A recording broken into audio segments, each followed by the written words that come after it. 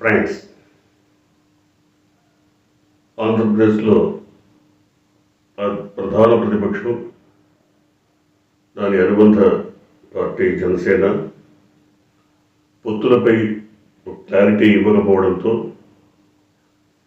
అంతటా ఒక స్తబ్దత ఏర్పడింది.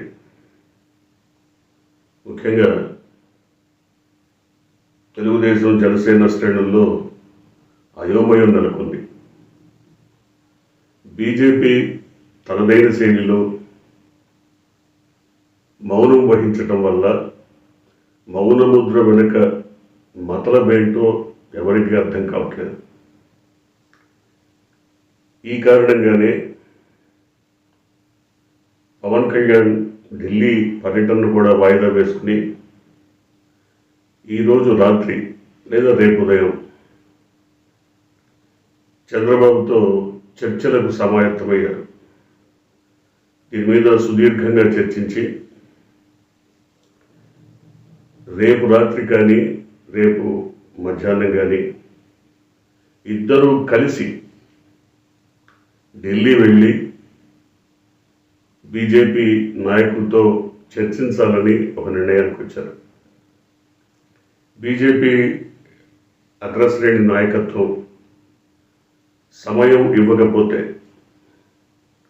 బీజేపీలోని మరికొంతమంది నాయకులతో అయినా చర్చించి తమ ఆందోళన, తమ పరిస్థితులు, స్థితిగతులు ఇవన్నీ వివరించి రావాలని ఒక నిర్ణయానికి వచ్చారు. ఈలోగానే ఒకవేళ బీజేపీ స్పందిస్తే పొత్తులపైన ఒక క్లారిటీ వచ్చేస్తే ఉమ్మడిగా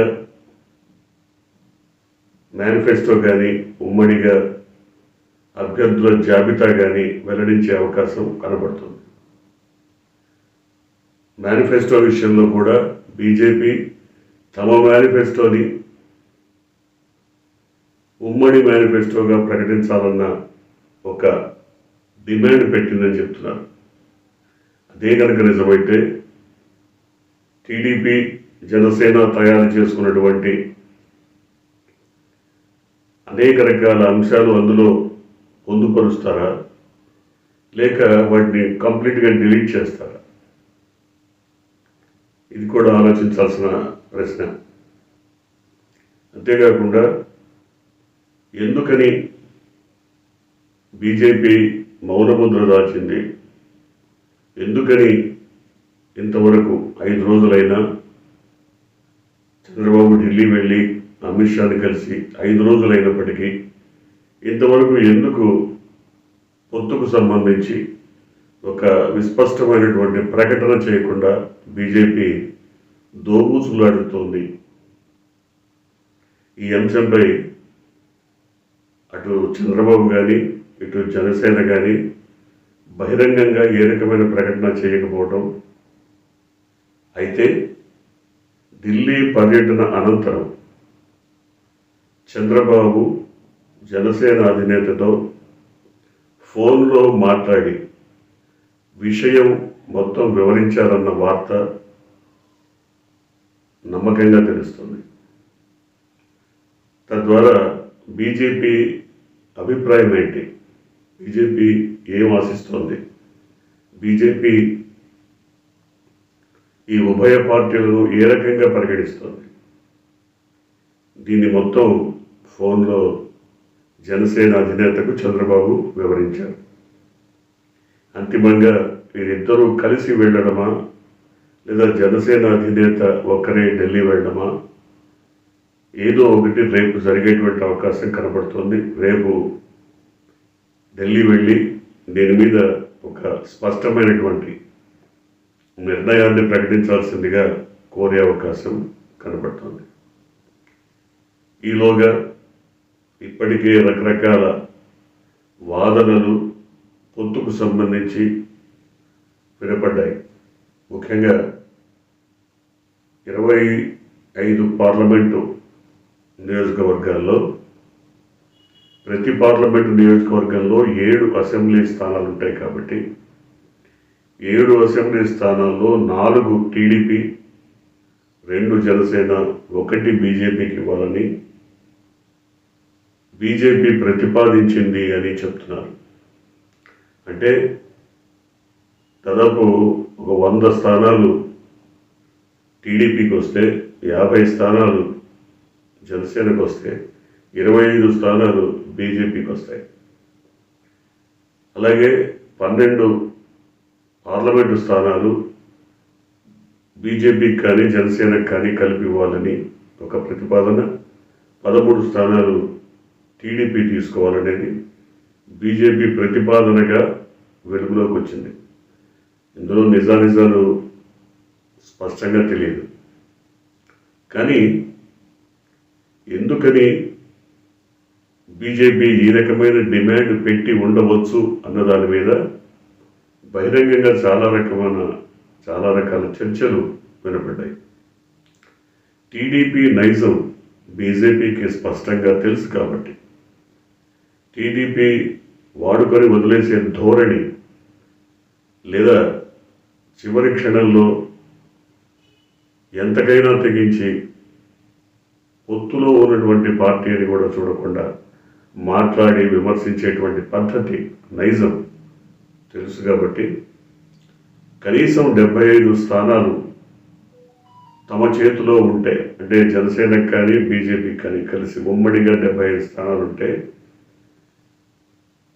దాంట్లో ఎన్ని గెలుస్తామన్నది పక్కన పెట్టి తమకు ఒక బలమైనటువంటి ఫోర్స్ అసెంబ్లీలో ఉంటుంది. తద్వారా అధికార పార్టీని కొమ్ములు వంచేటువంటి పరిస్థితి ఉంటుంది. ఇది బీజేపీ వ్యూహం ఎత్తుగడగా చెప్తున్నారు. 100 స్థానాల్లో పోటీ చేసిన టీడీపీ ఎన్ని గెలుస్తుంది అనేది కూడా ప్రశ్నార్థకం. కాబట్టి 75లో పోటీ చేసిన వీరిని గెలుస్తారు, 100లో పోటీ చేసిన వారిని గెలుస్తారు. ఎన్ని గెలిచినా తమకు ఒక బలమైనటువంటి ఫోర్స్ ఉండాలంటే, శక్తి ఉండాలంటే, తమ సామర్థ్యం కూడా బలంగా ఉండాలంటే 75 స్థానాల్లో పోటీ చేయాలన్నది ఉమ్మడిగా, అంటే జనసేన కానీ బీజేపీ కానీ కలిసి 75 స్థానాల్లో పోటీ చేయాలన్నది బీజేపీ ప్రతిపాదనగా కనపడుతోంది. అంటే 4:2:1, 4 టీడీపీ, 2 జనసేన, 1 బీజేపీ. ఈ రకమైన ప్రతిపాదన ఎందుకు చేశారు, దీనివల్ల వచ్చేది ఏంటి అని చర్చిస్తే స్థూలంగా వినపడేది తమకు బలమైనటువంటి వాదన చేయడానికి అవకాశం అసెంబ్లీలో ఉండాలి. ఇకపోతే ఓటు ట్రాన్స్ఫర్ జరుగుతుందా, ఇది కూడా బీజేపీ వేసిన ప్రశ్న. ఎందుకంటే దాదాపు 39% 2019లో టీడీపీకి ఓట్లు వచ్చాయి. అట్లాగే 6-7% దాదాపు జనసేనకు వచ్చాయి. 0.8% 9% బీజేపీకి వచ్చాయి. అంటే ఒక బీజేపీ అభ్యర్థి నిలబడితే అతనికి ఉన్న ఓట్లు 1% కూడా లేవు. 1% కూడా లేని బీజేపీ అభ్యర్థికి 39%, వీ కెన్ సే 40% ఉన్నటువంటి టీడీపీ ఓట్లు, 6-7% ఉన్నటువంటి జనసేన ఓట్లు బదిలీ అవుతాయా? ఇది కూడా బీజేపీ వేసిన ప్రశ్న. ఓటు ట్రాన్స్ఫర్ జరుగుతుందా? టీడీపీ అభ్యర్థికి లేదా జనసేన అభ్యర్థికి బీజేపీ ఓట్లు ట్రాన్స్ఫర్ కావడం వేరు. ఎందుకంటే 1% కూడా లేదు కాబట్టి ట్రాన్స్ఫర్ అయింది అనుకోవచ్చు. కానీ 1% కూడా ఓటింగ్ లేనటువంటి బీజేపీకి టీడీపీ 39 లేదా 40%, జనసేన 6-7% ఓట్లు ట్రాన్స్ఫర్ అవుతాయా? ఒకవేళ ట్రాన్స్ఫర్ కాకపోతే ఏం జరుగుతుంది? ఆటోమేటిక్గా బీజేపీ అభ్యర్థులు ఓడిపోతారు. అదేవిధంగా జనసేన కూడా పోటీ చేసే చోట 6-7% ఓట్లున్నటువంటి జనసేన పెరిగిందని చెప్పుకుంటుంది రాష్ట్రంలో. ఏ రకంగా పెరుగుతుంది? ఏం చేసిందని పెరుగుతుంది? కారణం ఏంటి? ఒక్క కాపు సామాజిక వర్గం తప్ప మిగతా ఎవరు కూడా జనసేన వైపు మొగ్గు చూపడానికి సిద్ధంగా లేరు. సో కాపు సామాజిక వర్గమే 6-7% ఉందనుకుందాం ఓటింగ్. ఈ 6 లేదా 7% ఓట్లు ఉన్నటువంటి జనసేన అభ్యర్థికి బీజేపీ ఓటు పడవచ్చు, ఒక 1%.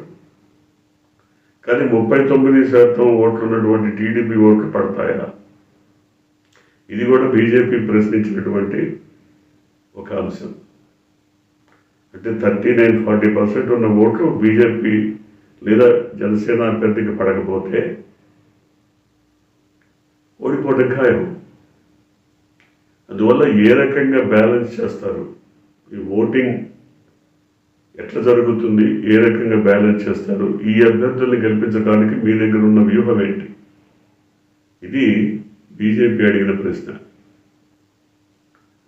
ఎందుకంటే మీకు ఏదో ఒక వ్యూహంతో ఉండాలి కదా. నేను పొత్తులోకి కాన్ఫిడెన్స్లోకి తీసుకున్నటువంటి సహచరుణ్ణి, అభ్యర్థిని గెలిపించడానికి నా దగ్గర ఉన్నటువంటి వ్యూహం ఏంటో చెప్పాలి కదా. అదే ప్రశ్న బీజేపీ వేసింది. మీ దగ్గర ఉన్నటువంటి వ్యూహం ఏంటి? ఏ రకంగా జనసేన బీజేపీ అభ్యర్థుల్ని గెలిపిస్తారు? మీ ఓటు ట్రాన్స్ఫర్ కరెక్ట్గా జరుగుతుంది అనడానికి ఏంటి ప్రాతిపదిక? లేదా ఏదైనా ప్రతిపాదన ఉందా? ఎట్లా జరుగుతుంది ట్రాన్స్ఫర్? ఓటు ట్రాన్స్ఫర్ జరగకపోతే బీజేపీ అభ్యర్థులు ఓడిపోతారు, జనసేన అభ్యర్థులు ఓడిపోతారు. కేవలం టీడీపీ మాత్రమే గెలిచేటువంటి అవకాశం ఉంది. సో ఇక్కడ మేము దగపడ్డట్టే కదా. సో అందువల్ల ఓటు ట్రాన్స్ఫర్ ఎలా జరుగుతుందో మాకు చెప్పాలని బీజేపీ డిమాండ్ చేసినట్టుగా చెప్తున్నారు. ఏది ఏమైనా పొత్తు ఖాయమైపోయింది, ప్రకటించడమే తరువాయి అని టీడీపీ కానీ జనసేన వర్గాలు కానీ కొన్ని చోట్ల చెప్పుకుంటున్నాయి. పొత్తు ఆల్రెడీ డిసైడ్ అయిపోయింది, నిర్ణయం అయిపోయింది, ఇక వాళ్ళు ఏదో జాప్యం చేస్తున్నారు, ప్రకటించడమే తరువాయి అని కొన్ని వర్గాలు చెప్తున్నాయి. మరి అటువంటి పరిస్థితే ఉంటే చంద్రబాబు కానీ జనసేన అధినేత కానీ ఎందుకు మాట్లాడటం లేదు? వాళ్ళు సూచనప్రాయంగా తెలియజేయచ్చు కదా. పొత్తుకు సంబంధించి 1-2 రోజుల్లో ప్రకటన చేస్తామని చెప్పచ్చు కదా. ఎందుకు మాట్లాడటం లేదు అంటే ఖచ్చితంగా ఈ మొదలబులన్నీ తెర వెనుక అంశాలుగా ముందరి కాళ్ళకు బంధం వేస్తున్నాయి టీడీపీకి, జనసేనకి. సో అందువల్ల వీటిని క్లారిఫై చేయటం ఎట్లా, వీటిని సరిచేసి బీజేపీని ఒప్పించడం ఎట్లా, దీని మీద ఒక వ్యూహరచన, ఒక ప్లానింగ్ ఏదైనా చేసి దాన్ని తీసుకెళ్ళి బీజేపీకి చెప్పాలి.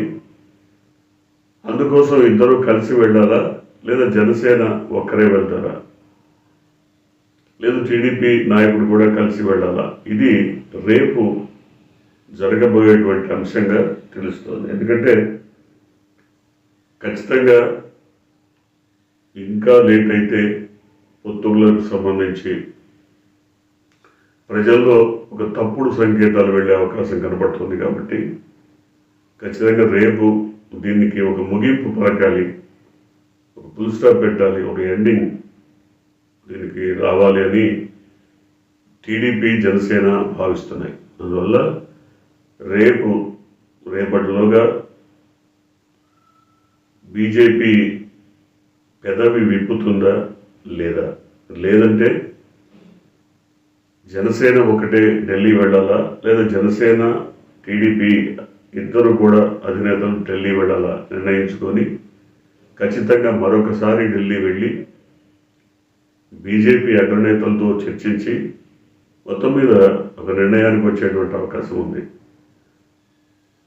బీజేపీ అధినాయకత్వాన్ని ఒప్పించి మెప్పించి పొత్తు కుదిరితే వీలైతే ఢిల్లీ నుంచే ప్రకటించే అవకాశం కూడా ఉందని చెప్తున్నారు. లేని పక్షంలో ఒకవేళ పొత్తు కుదరకపోతే వారు ఖచ్చితంగా విజయవాడ వచ్చి విజయవాడలో ప్రెస్ మీట్లో మాట్లాడేటువంటి అవకాశం ఉంది. అయితే బీజేపీ శ్రేణులు కానీ బీజేపీ అధినాయకత్వం కానీ పొత్తుకు సంబంధించి చాలా గుంభనంగా వ్యవహరిస్తున్నాయి. రాష్ట్రంలో కూడా బీజేపీ నాయకులు శ్రేణులు అన్నీ కూడా స్వతంత్రంగా తమకు తాముగా ఇండివిజువల్గా పోటీ చేసే ఉద్దేశంతోనే అన్ని నియోజకవర్గాల్లో పర్యటిస్తూ రకరకాల కార్యక్రమాలను అమలు చేస్తూ ముందుకెళ్తున్న తీరు చూసినప్పుడు పొత్తు కుదురుతుందా అనేటువంటి అనుమానం కలక్క మానదు. అట్లాగే టీడీపీ జనసేన రెండూ కూడా పొత్తు కుదరకపోతే పరిస్థితి ఏంటి అంటే వైసీపీని ఎదుర్కోవడంలో పొత్తు ఎందుకు అవసరం అన్నప్పుడు తమకు అవసరమైనటువంటి అధికార యంత్రాంగాన్ని ఎలక్షన్ కమిషన్పై ఒత్తిడి తెచ్చైనా సరే బీజేపీ వర్గాలు కనుక చేతిలో ఉంటే మార్పులు చేర్పులకు గురి చేసి తమకు ఎవరైతే మేలు చేస్తారనుకుంటారో ఆ అధికార యంత్రాంగాన్ని అవసరమైన చోట్ల జొప్పించేటువంటి అవకాశం కలుగుతుందన్న భావన టీడీపీ వ్యక్తం చేస్తుంది. అంతకు మించి వేరే గొప్ప బలమైనటువంటి అంశం కనబట్టలేదు. అధికార యంత్రాంగాన్ని తమకు వీలైనట్టు మార్పులు చేర్పులు చేసుకోవడం, తమకు నచ్చినట్టు వారిని వినియోగించుకోవడం ఇది ఎన్నికల్లో అవసరం కాబట్టి ఖచ్చితంగా ఈ రకమైన మార్పులు చేర్పులు చేయాలన్నా తమకు అనుకూలంగా అధికార యంత్రాంగం మారాలన్నా కేంద్ర ఎన్నికల కమిషన్ జోక్యం కానీ లేదా కేంద్ర అధికార యంత్రాంగం జోక్యం కానీ అవసరం కాబట్టి ఖచ్చితంగా బీజేపీ స్నేహ హస్తం అవసరమని భావిస్తుంది. అంతకు మించి వేరే కారణం ఏమీ కనబట్టలేదు. ఎందుకంటే 0.5 లేదా 0.6 to 0.7% ఓటింగ్ ఉన్నటువంటి బీజేపీ ఇప్పుడు పొత్తులోకి వచ్చి టీడీపీకి వరగబెట్టింది ఏంటి? ఏమీ లేదు. ఇక రెండో అంశం, బీజేపీ మళ్ళీ అధికారంలోకి వచ్చి కేంద్రంలో బలమైనటువంటి పార్టీగా అవతరిస్తే ఒకవేళ మనం కనుక గెలిస్తే మనకి కేంద్రంతో సుహృద్భావ వాతావరణం ఉండాలి. బిల్లులు పద్దులు తర్వాత పెండింగ్ బిల్స్ వీటన్నిటి విషయంలో మనం రాజీ ధోరణితో బీజేపీని ఏదో విధంగా నయానో భయానో ఉజ్జగించు తమకు కావాల్సినవి తెచ్చుకోవాలి అంటే ఇప్పటి నుంచే బీజేపీతో మింగిలై ఉండాలి, స్నేహంతో ముందుకు సాగాలని టీడీపీ భావిస్తుంది. మరి గెలిస్తే వేరు, గెలవకపోతే వేరు. ఏది ఏమైనా బీజేపీతో స్నేహ హస్తానికి ప్రధాన కారణం మాత్రం ఈ రెండు అంశాలే కనబడుతున్నాయి. ఏది ఏమైనా రేపటిలోగా మొత్తం మీద ఒక ప్రకటన, ఒక విస్పష్టమైనటువంటి ప్రకటన టీడీపీ జనసేన కలిసి వెలువరించే అవకాశం కనబడుతోంది. చూడాలి ఏం జరగబోతుందో.